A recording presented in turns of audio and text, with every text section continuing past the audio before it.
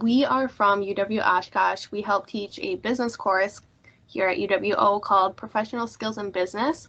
And we are going to be presenting to you today about Flipgrid and student engagement in a virtual world. My name is Shayla Binsfeld, and I teach with Andrew and Meara. I'll let them introduce themselves. Hi, I'm Andrew Reinemann. I'm part of this awesome graduate assistant team that we have here in our professional skills course. And we have had the pleasure to work with Flipgrid this semester and really get to use it in a pretty cool setting in this virtual world we live in. I'll pass it off to Meara. Hi, I'm Meara Wolfington, and this is my first semester with the team, so it's been really interesting to just kind of hear the differences between what they did last semester and what they're doing this semester with Flipgrid. Yeah, and so we wanted to jump right into how we got started on this topic and where we're going to be taking it. So it really started last year, about a year ago when COVID started. We were having struggles in the virtual world, just like a lot of you, I'm sure, faced. Our course has about 100 students in 2 different sections, and we were all virtual. We had no student engagement. We lacked face-to-face interaction, putting the faces with the names. And part of a business course is really having that peer engagement and those networking opportunities. And we saw none of that, especially right when COVID hit and into the following semester, last semester. And we were just looking for ways to change that and make it more engaging for students. And that was kind of grounded in some research we found where in 2017, there were 6.6 million higher ed students, and 3.1 million of those were exclusively online. And leading up to COVID, and now through COVID, I'm sure that number has just skyrocketed. And so having all those online students, we want to make sure that we can have a virtually engaging environment. So what is Flipgrid? It is a free virtual platform that makes it really easy for students to upload a video in response to an instructor's prompt. And it's a great way to get that interaction between students and professors and put that name to a face that we really wanted to include for this semester. And, research found that students are developing presentation and language skills while using Flipgrid. So that was another reason we really wanted to implement this into our curriculum. And Flipgrid, it can be used for any higher ed departments. It can be used, honestly, for any education system. It's really a great, diverse tool to use. All right, so how did we use Flipgrid in our Business 240 class? We know that research shows that Flipgrid is an excellent tool to coach students. Meara just mentioned that in her last slide. We wanted to use Flipgrid as another option rather than just having written assignments in class. We know that different students have different learning styles, and it's beneficial for some students to type things up. It's beneficial for some students to actually be able to watch themselves and get the feedback from that visual setting that Flipgrid's providing. So the first thing that we did, we required all the students to do this, is submit a video introduction of themselves. So this was really so that we could put a face to the name and get to know about our students. So we learned about their majors. We found out what made them nervous about this course. So that way we could provide some additional support, especially around those assignments that we found were coming up more and more that students were nervous about, such as mock interviews, for example. Those made students very nervous, and we were able to find that out from our Flipgrid videos so that we could kind of provide more support around that time when that assignment was due. We also got to find out what they were excited for and what some of their passions were in the business world. This was a really great opportunity, too, for students to get to know us as an instructor team. There are 5 of us total that teach this course. So they can kind of know a little bit about us and who we are. And we're the ones that are grading their work, and we're the ones that are giving them feedback for their assignments. So it's really important to have that mutual relationship. The next thing that we incorporated in the virtual world is exit tickets. So we used to grade based on attendance when we were in person, but obviously that got a little harder with being virtual. So we incorporated something called exit tickets that basically after each class they watch the lecture and then they have an assignment or just a little written up thing where they basically reflect on what it is that we talked about in class. So one of the tickets that we used Flipgrid for was called an elevator pitch. An elevator pitch is basically just like a quick minute and a half introduction of students that they would use at the career fair. So they'd introduce themselves, give a brief description of why they're interested in a certain company that they're speaking to, and then ask a question that facilitates further conversation. We wanted them to actually be able to verbally practice it if they wanted the opportunity. So this was one of those assignments where if they wanted to write it up, they could do that. If they wanted to verbally practice it, they could also do that. Great opportunity for them to actually see themselves and kind of change or strengthen their elevator pitch based on what they're actually observing of themselves. Lastly, we use Flipgrid to just provide more feedback about how to professionally present themselves in a virtual world. So a lot of interviews, a lot of networking opportunities are taking place virtually. Our whole career fair was virtual this year. So seeing themselves on camera is becoming a new norm, and we want to make sure that they know how to present themselves professionally, and this is great practice for that. Yeah, so Shayla just talked about some of the successes that we've had in our course, and I want to talk a little bit more about our future plans using Flipgrid. And she talked a little bit about giving the students the option to use either written or verbal assignments versus Flipgrid assignments where they're recording themselves. And we find that it just gives the students an option who are better off one way versus the other. Another way we plan to use it is in a highlight reel for employers. Our business course has a lot of interaction with employer partners, and so we find that it'll be good feedback for both the employers and the students to see what the student successes are, and a great tool that we're using in our course. And then finally, we hope to use it to get student feedback at the end of the semester. Hopefully students give us good positive feedback, but we're also looking just to see what they're being honest about and see it in a new, different way, and maybe see the students face to face one more time before the end of the semester. And then that kind of leads us into one of the student feedbacks that we've gotten up to this point so far. He gives us some feedback on one of our exit tickets that we use with him. So I do like Flipgrid. It has allowed this class to feel like it has an in-person component to it, even though it's 100% online.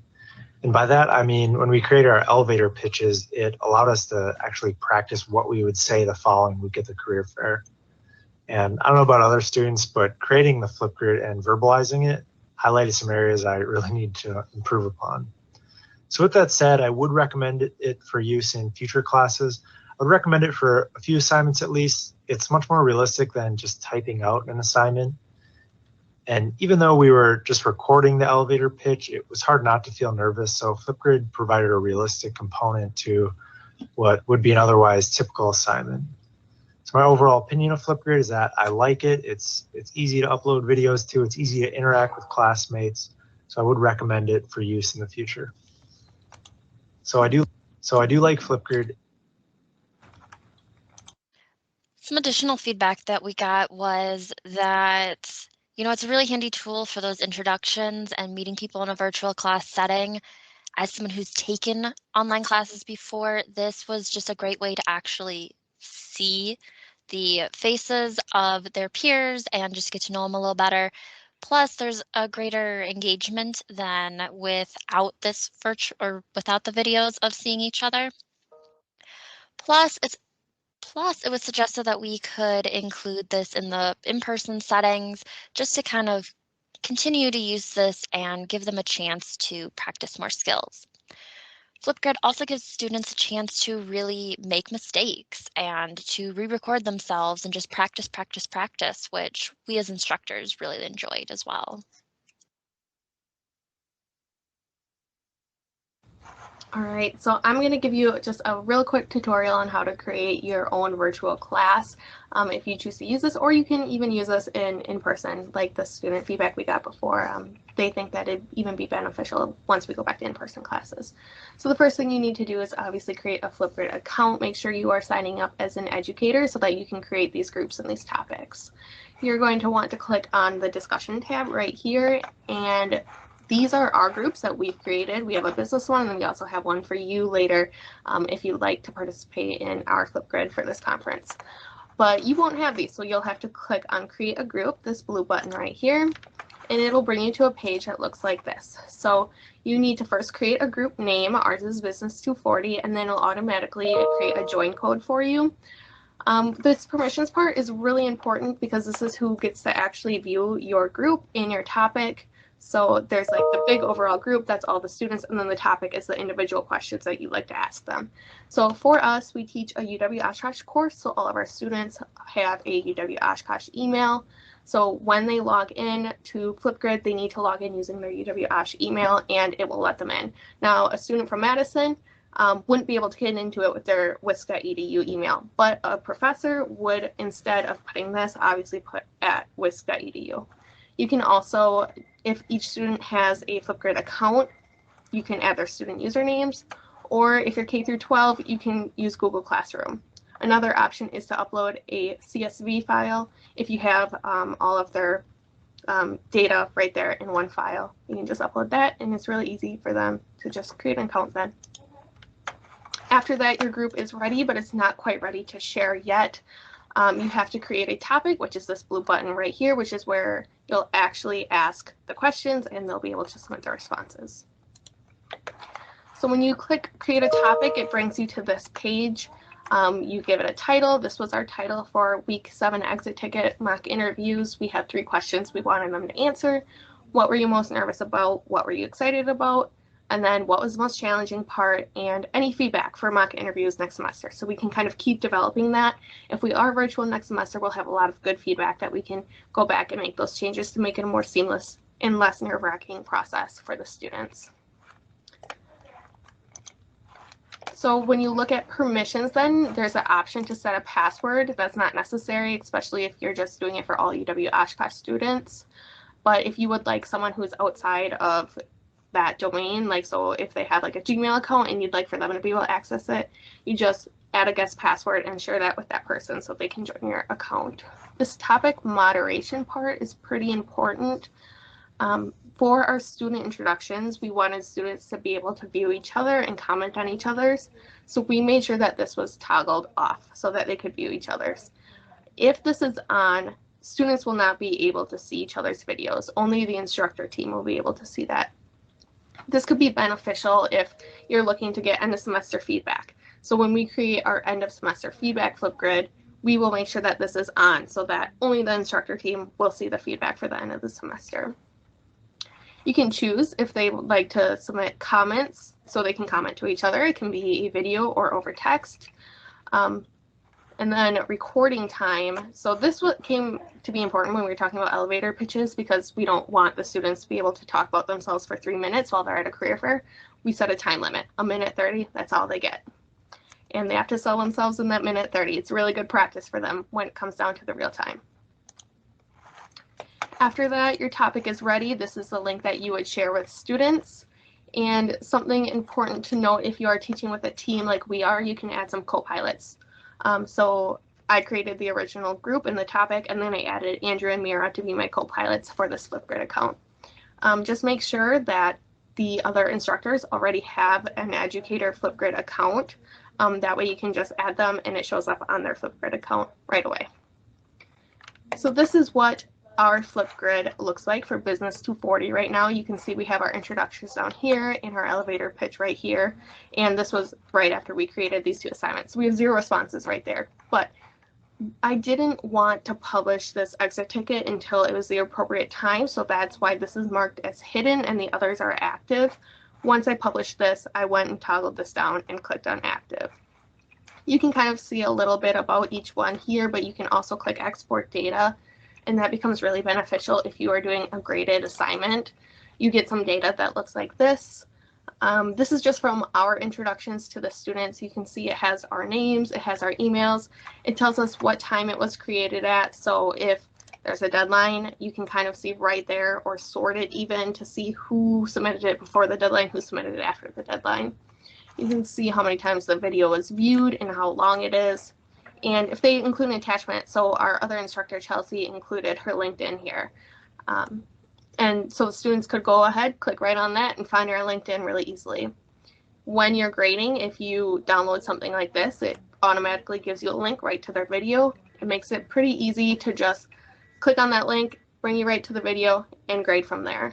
It also gives you a transcript. It's not perfect. As you can see, Meara is labeled as Meryl, so it's not perfect, but it does give you a little bit about what they talked about before, or so you don't have to go and watch the whole video again. So that becomes really beneficial when you're grading and you just want to have a quick look at all the submissions. Yeah, and there are some other really cool features about Flipgrid. Some things we've heard and noticed are that it can be integrated with Canvas. So there are some cool ways that you can incorporate it right into your Canvas course and right on your page where your students can see it. You can also become grid pals with other educators, so you can see a map of other educators who have publicly allowed their profiles to be seen, and maybe connect and work with them on their Flipgrids and get ideas from them.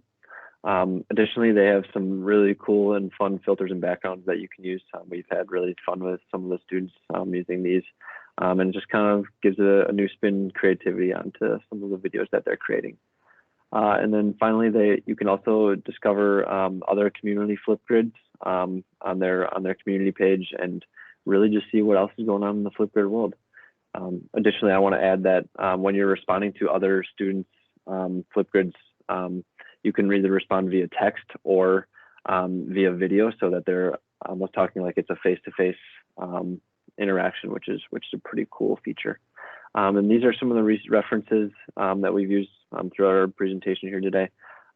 We're by no means experts in this, so if you have anything that you want to suggest, we'd love to hear it in our feedback in our Flipgrid for this conference, which I'll let Meara talk a little bit more right now. Yeah, so we set up an actual Flipgrid for you guys to try out and just to ask us questions too. It's a great way to familiarize yourself with Flipgrid and talk to us, because unfortunately we won't be able to have a live meet and greet at the fair this year.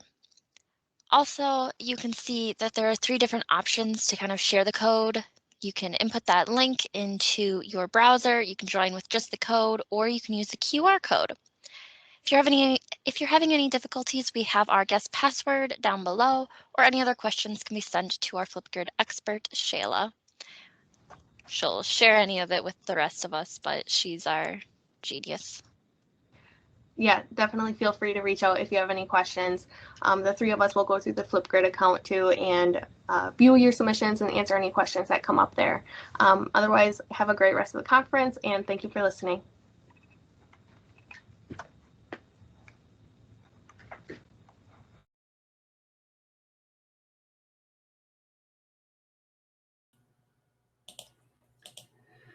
All right. Hi, everyone. I will go ahead and start my presentation, and let me make sure subtitles are showing. Okay.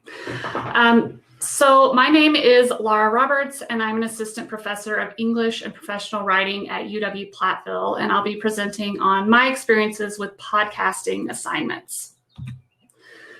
For those of you who don't know, podcasts are audio broadcasts typically released online in a series of episodes. According to Nielsen Research and Apple data, there are over 1,950,000 podcasts currently available. Further, 50% of homes have at least one podcast fan, and 55% of people have listened to at least one podcast.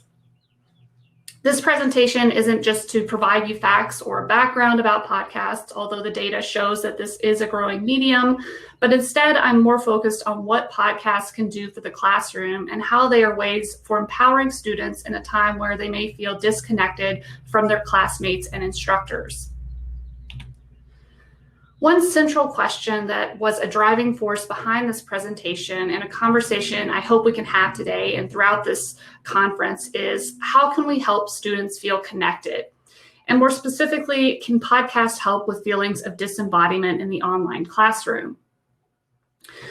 Going into this semester and last semester, like many instructors, I've had a lack of student interaction in the classroom. I don't expect or require students to turn on their cameras, but I have tried to add other activities like breakout rooms and discussion boards so students at least have a chance to interact with their peers. But when I gave a midterm survey this semester, the biggest complaint my students had were about the breakout rooms. They didn't want them. And I think there's multiple reasons for this, but I think a major one is how Zoom focuses our attention.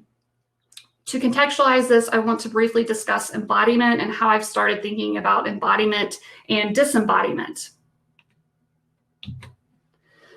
According to Sarah Ahmed, our knowledge can't be disentangled from our bodily experience. She writes, quote, "Knowledge is bound up with what makes us sweat, shudder, tremble, all those feelings that are crucially felt on the bodily surface, the skin surface where we touch and are touched by the world," end quote. Embodiment is both our bodies as teachers, students, and staff, but also how we interact with spaces and objects around us, where we sit, which way we face, the temperature and sounds of the room that we're in. We lose those experiences in an online setting because we lose the experience of being together in the classroom. At the opposite end of the spectrum from embodiment is disembodiment. Disembodiment separates the body from the knowledge-making experience. Essentially, it takes the body out of the conversation. Without the body, we have a, quote, disembodied view from nowhere, a view from nowhere, which, quote, seems much easier to imagine if one lives in a body that is not already marked as other.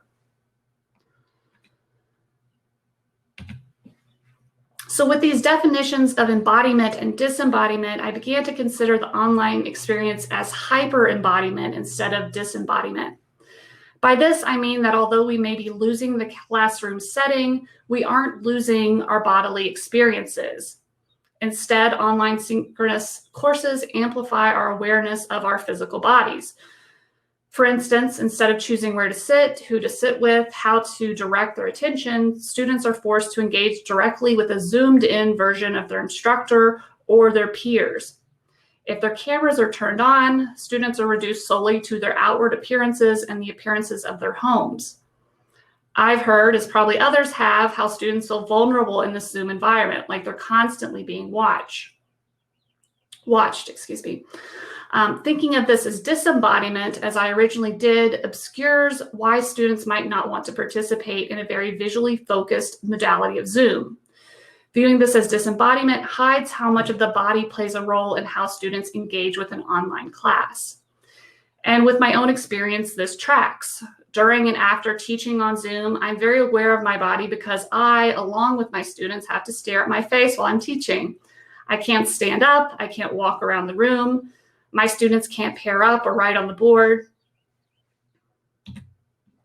So then returning to my question of can podcasts help with the feeling of disembodiment in the online classroom, I'm rethinking this as how can podcasts help with the feeling of hyper-embodiment in the online class? My answer to this question is that focusing on sound and aurality of podcasts can perhaps help students engage by using modes that aren't visual and tell stories about themselves that don't rely on visual appearances. In composition and writing studies, writing that isn't solely written text is considered multimodal. And although it sounds complicated, most texts are in fact multimodal. For example, a stop sign isn't just the letters S-T-O-P. It has a distinctive hexagonal shape and a striking red color that differentiate it from other traffic signs that we encounter. So together, shape, color, text convey this meaning of the sign. If we want an actual definition of multimodal text, these are ones that exceed the alphabetic and may include still and moving images, animations, color, words, music, and sound, end quote. Each mode has its own affordances and constraints. For the podcast specifically, the focus is on sound. Students have to practice creating a message and reinforcing that message through the arrangement and delivery of the podcast. This involves two skills that the student must learn: simplifying a message for oral delivery and using audio to enhance that message. Simplifying a message doesn't mean there's any less work on the part of the student. So when I taught a class in multimedia last fall, I asked my students to create narrative podcasts rather than pure interview or commentary podcasts. Because a narrative podcast involves a lot of prior research And it also involves stringing together that research to tell a story. So for a narrative podcast, the student must first conduct interviews, collect sounds, and then finally record their own narration to bring all of that together to tell a story. So I'm going to walk you through some ways that you can scaffold this assignment for an online class. If you're assigning a narrative podcast, that narration process involves telling a story with the audio that the student has collected so that their podcast has a clear beginning, middle, and end. To help students with thinking about a narrative arc, I assign an audio storyboarding activity early on in the process.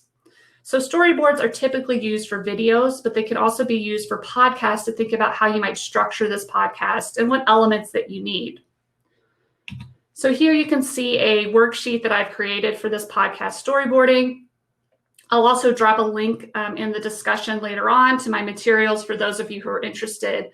But you can see how this includes things like a proposed title, a short description, a breakdown of the episode, including what they might have in the intro, beginning, middle, and end, what sort of questions they want to ask and answer within the podcast, and then sources they might include.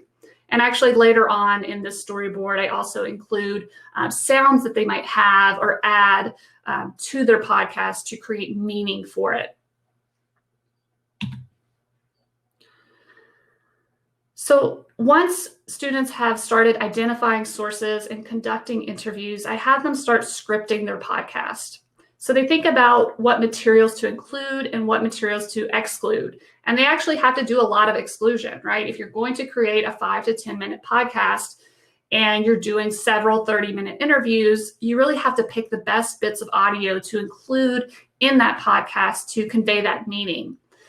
So there's a few different ways to start scripting the podcast. So I kind of have an example of how you might do it here, but you can also put kind of your audio files in a table and give them different classifications, add the narration and take different notes, depending on how you want to structure it and what your preferences are. After they've scripted the podcast, they'll start editing and recording. And I teach students how to use this using Audacity, which is a free open source software. So anyone can download it. It's pretty easy to use, although there is a learning curve. And I find that assigning some video tutorials really helps more than walking this through in class, but I do also try to walk through it in class. It's not always successful.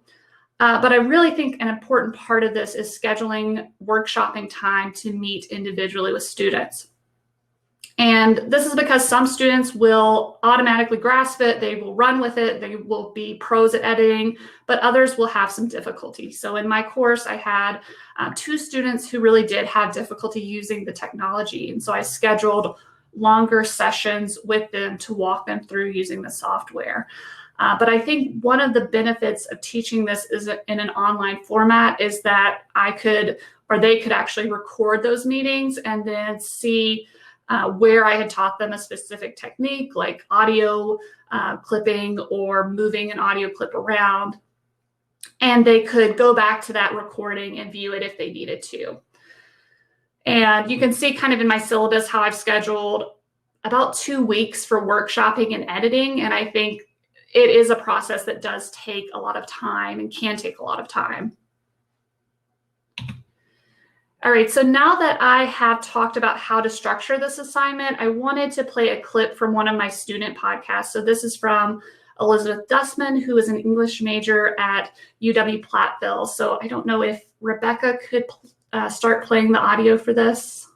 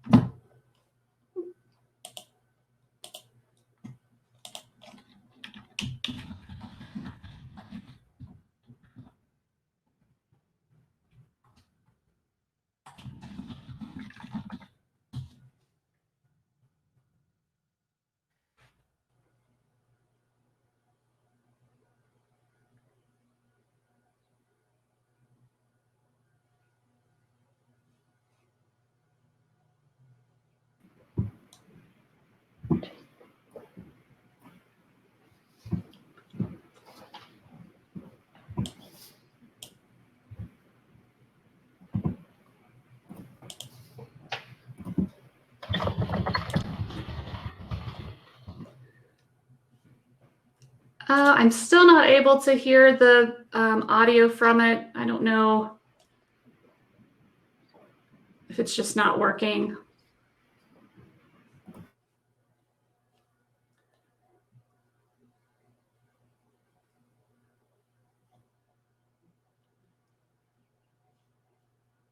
All right, so yeah, so there will be a link to the audio clip in the chat if people are interested. I do have the resources available, and I think they're trying to get it to work. So I'll return to the presentation while we kind of work on that. And if you can't watch it now, hopefully you'll get a chance to view it later.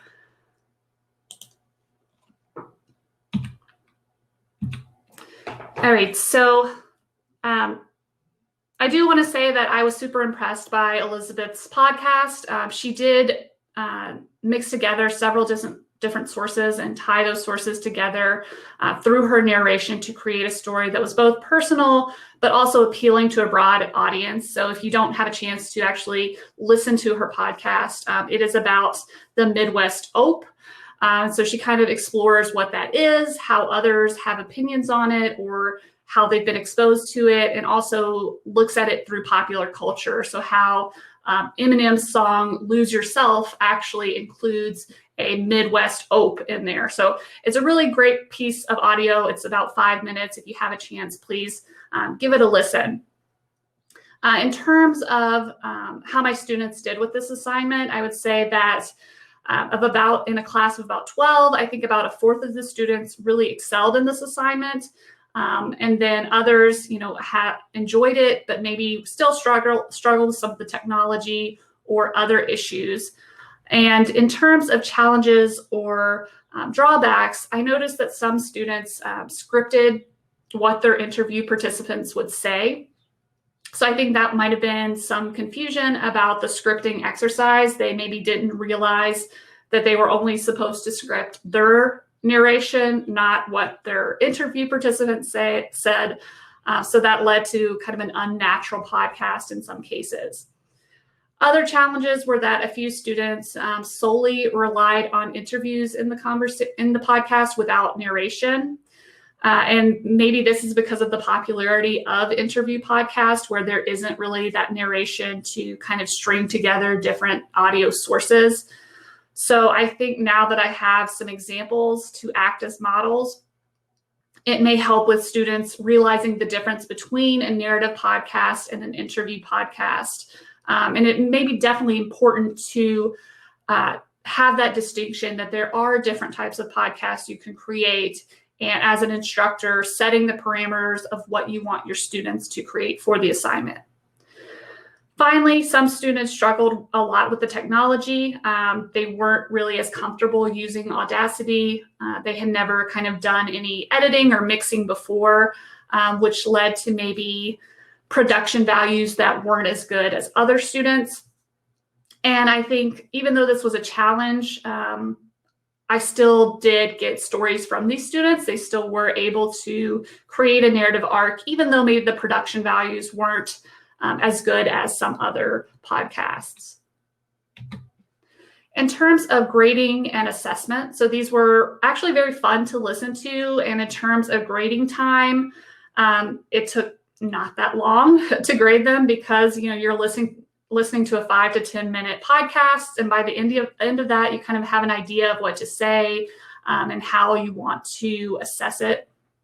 And I think because it is a speaking medium, students naturally edit themselves. So I didn't have to spend a lot of time advising on sentence structure or grammar or organization. They kind of naturally were able to edit themselves and do this on their own. Instead, I could really focus on the message of the piece and how it was communicated. So you can see here how I've structured my rubric, which does pay attention to how the piece was edited with kind of this audio portion here. But I also was mainly looking for the narrative arc. So how the podcast presents a central question that was answered over the course of the podcast. Let's see. All right, so then returning to this question of hyper embodiment in the classroom, I think podcasts provide another channel for students to express themselves and tell stories that are important to them. They choose things that they're passionate about. So to give you an idea of some of the topics my students chose, they chose to create podcasts about things such as Dungeons and Dragons, or a Cadillac V8 engine, COVID-19, or world building in creative writing. So there was a lot of range about the topics that people chose. And using orality, these stories came to life in a way they wouldn't have in a written format. So in conclusion, when we're teaching online classes or even in-person classes, as teachers, we should provide avenues for students to demonstrate knowledge in ways that aren't strictly written. Podcasts can allow us to prioritize different aspects of communication, such as simplicity and narrative arc and repetition of key concepts. They also allow students to engage in a way that isn't visual, when so much of our online experiences have been in a visual mode. And finally, students can curate what they want us to hear or not hear when they're sharing these stories with us. So that is my presentation. I have my email below. I'd love to hear any thoughts or comments that people have. And I'll also include my resources in the discussion as well.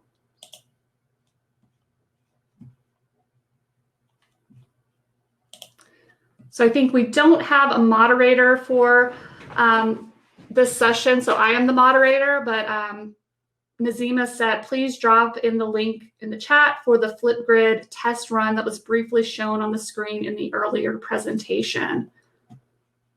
So I think that might be something that can be added. I don't have that, but maybe I'll check in on the presenter chat to see.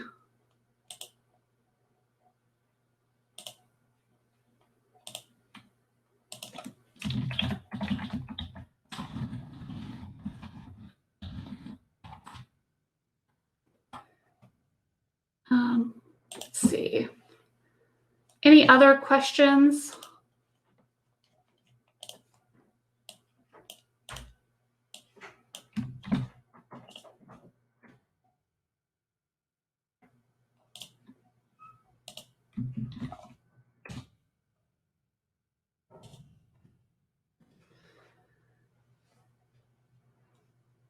All right, so Carolyn said the link is in the discussion forum chat. Yeah, I think in the discussion forum chat, I had the link to my resources and a podcast. I don't see the link to any of the Flipgrid information. So I'll just copy Nazima's question.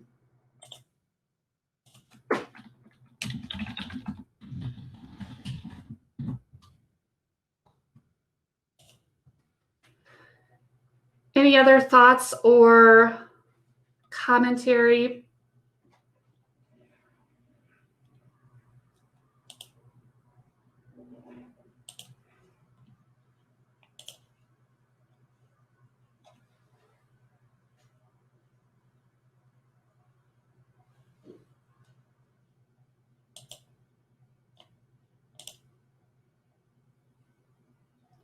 All right, so Nazima, I think in the presenter chat, they said they would reach out to you individually with that information, so you should be able to have access to it.